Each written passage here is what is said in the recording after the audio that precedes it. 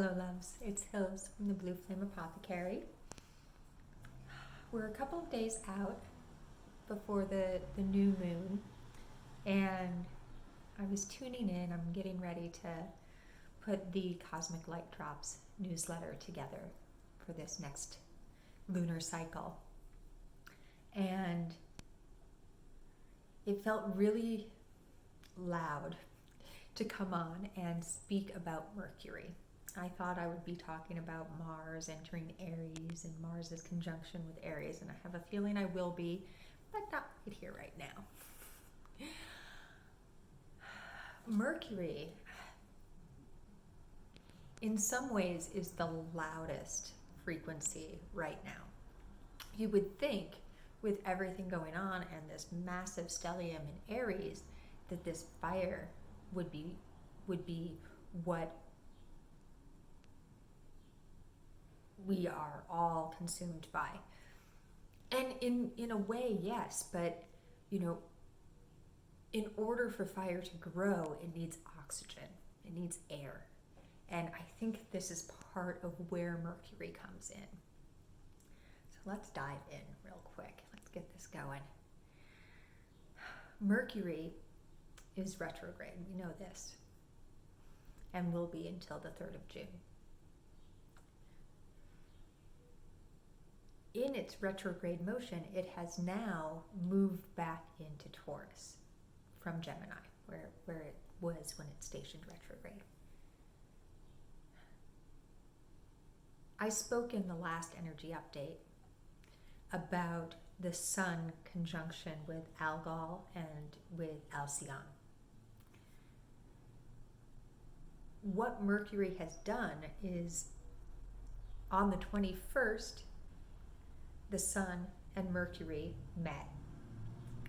And then the Sun continued on into Gemini as Mercury moved back into Taurus. As this happened, Mercury took all of the codes that the Sun had picked up, all of the light transmissions from Alcyone and Algol, picked them up while also throwing a little more into the mix of soul for this new moon. We'll get to that. But, Mercury is retrograde, so it's, here are some things that we forgot. Here are some things that we forgot. Let me meet with Alcyone again, and it did so just a couple of days ago, and begin to retread the messages that were received. Was there something that was supposed to come through that was maybe misunderstood or was unable to be integrated at that time? Mercury's in Taurus now, so this is grounded into the earth time. This is bring it all the way through into the physical. With Alcyone, the energy there, it's Pleiadian starseed. It's high vibe light, but also, the Pleiades have death and rebirth as part of their story. And in that, they're highly tied to emergence. They're highly tied to emergence. And Algol is serpent energy. Algol is the third eye. If you look in the sky and you see the constellation of Medusa, Algol would sit right at where her third eye would be. I'm getting ahead of myself. I'm really excited. And also, I'm feeling this Mercury retrograde. There's so many pieces moving around. So Alcyone meets with Mercury, and they have their little tete-a-tete, their communication. what didn't get communicated properly, what didn't get communicated at all because of the amount that was coming in. Where can we reconnect? Where can we reconnect, and then through reconnection more fully anchor that through, bring that into the physical, manifest that. Today and through to the new moon this weekend, Mercury's going over Algol. And I didn't talk a lot in the last update about Algol, although the new portal members gift is attuned to this star. It's actually a they. Algol was considered untrustworthy in ancient times. It was feared, much like Medusa. But much like Medusa, Algol's story is beginning to be retold, re-envisioned. And one of the reasons for that is because we have this galactic information. We have more insight as to what is actually happening with Algol. And that is that it's actually two stars. And they are eclipsing each other. So every couple of days, every few days, Algol seems to disappear. Boop, gone. And that's why it was considered untrustworthy, because if you were guiding your ship or your directionality by it, one day it was there and the next day you're fucking lost because it's gone. Where'd it go? Who knows? You can still get your bearings by the rest of the stars around, but this brightest star in this area is gone. Interestingly, there's an aspect to the Medusa story of potentially that untrustworthiness, because Medusa was one of Athena's goddesses. She, a priestess in her temple, and part of the requirements of being in Athena's temple was to be a virgin. And Medusa was like, yeah, I'm not feeling that. I'm just not feeling that. And so she, kind of like Lilith, was like, I'm gonna go, I'm a priestess of sex magic. It's time for me to go and do these things. And there's lots of different stories about, was she raped by Poseidon, or did she just have sex with Poseidon? For me, it's less about that and more about her stepping into her power and saying, it's well and fine for you to want this virginity, this, it's coming into sanctimoniousness of non-embodied magical interaction. But for me, that's not how I'm built, and I can't do that. So I'm gonna go and do me. Now, of course, she was punished horribly for this by becoming a Gorgon. And every being, man or woman really, but the story's always men, that she encountered, that she looked at, would turn to stone. And she had the body of a snake. And snakes are so often in our mythology viewed as the tempters, the temptresses, the untrustworthy, the alluring. Isn't it interesting, this luring and alluring, and it's always the feminine, Medusa's snake, Hecate's snake. Even Magdalena is a lot of snake energy. Whenever you go into dark goddess territory, really, you start playing with snakes. Eve tempted by the snake to eat the whole lot there. But let's focus back in. Mercury taking control again. What if the reason that Mercury's transiting over Algol after the sun has, which happened the day after the eclipse, we can remember, the sun transited this untrustworthy star the day after its eclipse with the moon in Scorpio. This untrustworthy star that was untrustworthy because it's eclipsing itself every few days, bringing in and out, bringing in and out, bringing in and out. And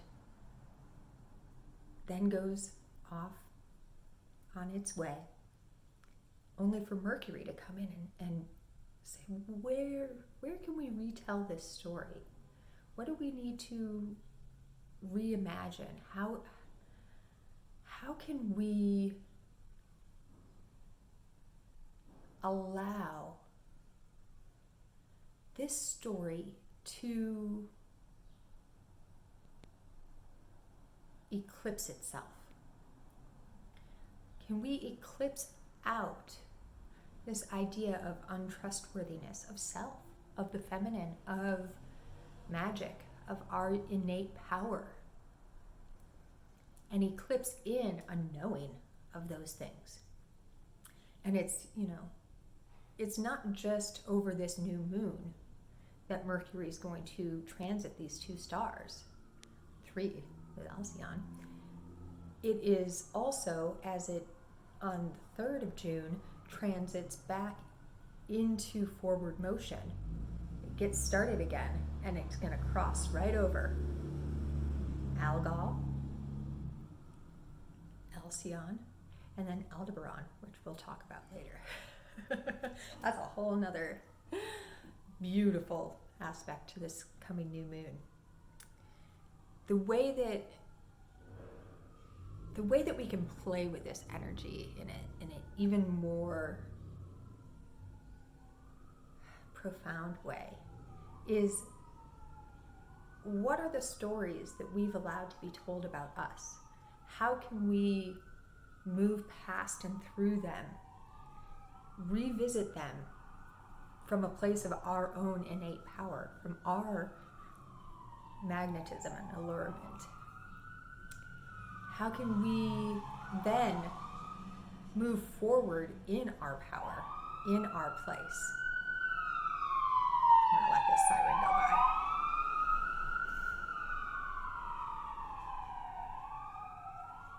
What can we allow the alarm bells to sound for us? I love when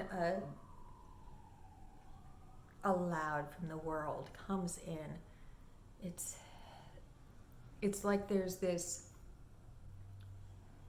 internal siren. And interestingly, when you think of sirens, you can also think of the feminine allurement, right? Like the siren song.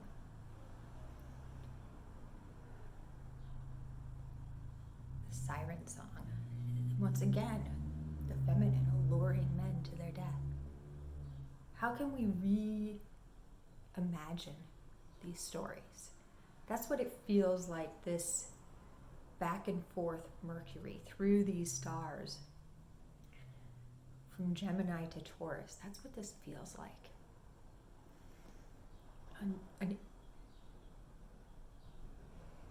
A powerful meditation might be to go in, allowing your mind, because this is Mercury, this is mind food. Allow your mind to explore all of the stories that you tell yourself every day, and then reimagine them in the more true way that they actually are. We tell ourselves so many stories every moment. Every moment we're telling ourselves a story, we're projecting onto others, we're projecting onto ourselves, we're allowing others to project back and forth. This is part of what it means to be human. But there's also is it true? Is the projection that I'm taking in actually the truth? Are the things that I'm telling myself in my mind actually the truth?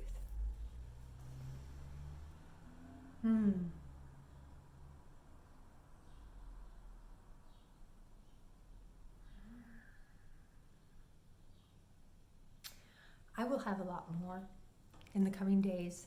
I think the Cosmic Light update will be out in just a day or two now, and I'm recording this on Thursday, the 26th.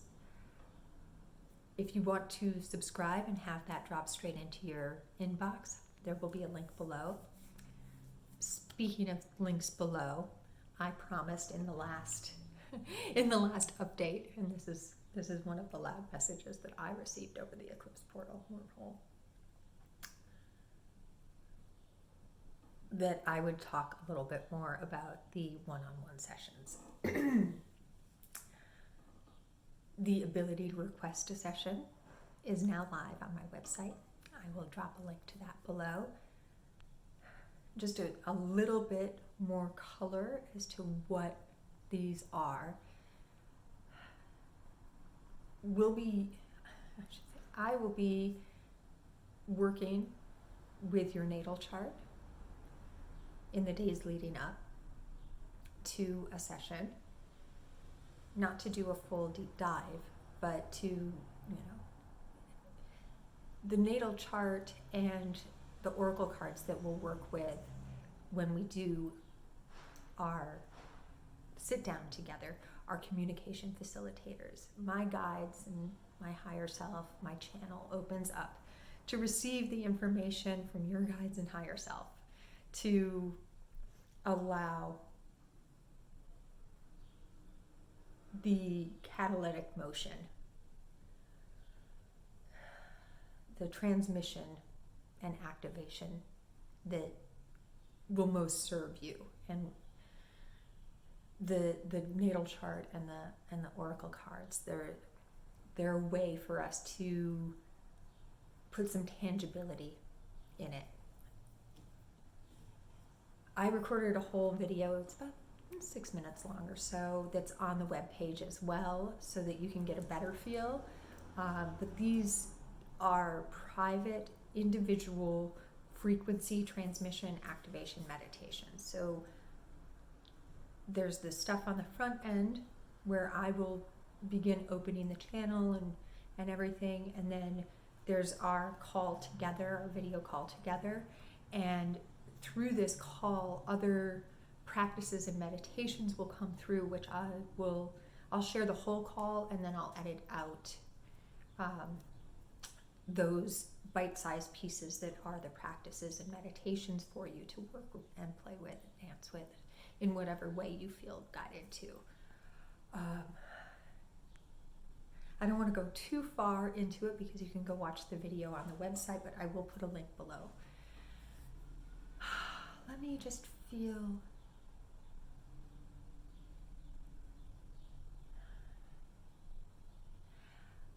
As we close, it's coming in to really play around with this idea as well of, over this new moon, oh, my throat's going. Ooh. Over this new moon, playing around with the oxygen, the air that's fueling the fire of what's being let go to reemerge. New moons are about letting go of the old to bring in the new, and it feels like there's a really strong ability to fuel the fire of purification. To fuel the fire of purification right now. And I will leave it there so you can let that all percolate in your system. As always, and in all ways, so much and many loves to you from all the dimensions. Oh, and don't forget to subscribe.